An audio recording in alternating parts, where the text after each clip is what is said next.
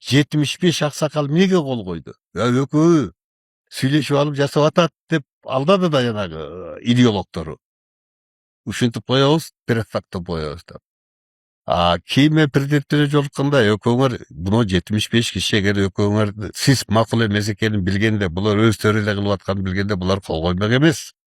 Ошон үчүн буларды камоонун деле кажети жок, урматтуу президент. Чыгарып эле койбойбузбу? Камасаңыз идеологторун камаң.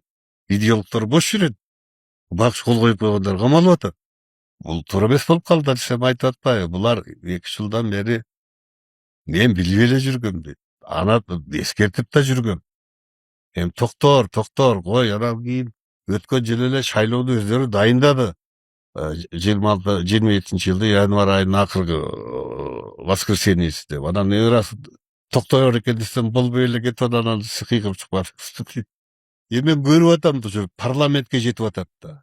Парламенттин иши эмес да досрочный иши. Президент өзү бир акт жазса, 4 случаяда.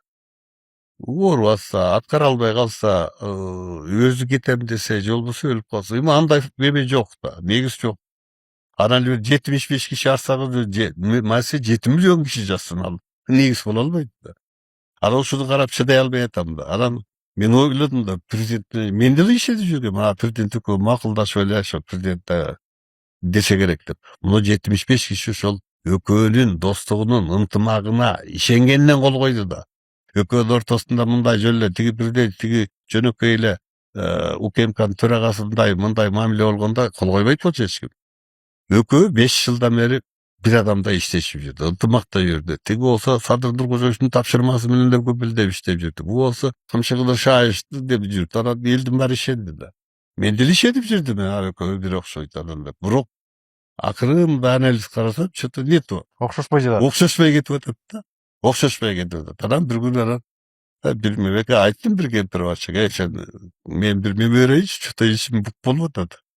Же өзүм фейсбугума чыгарам десем, болуптур, айтып бериңиз мени дейт.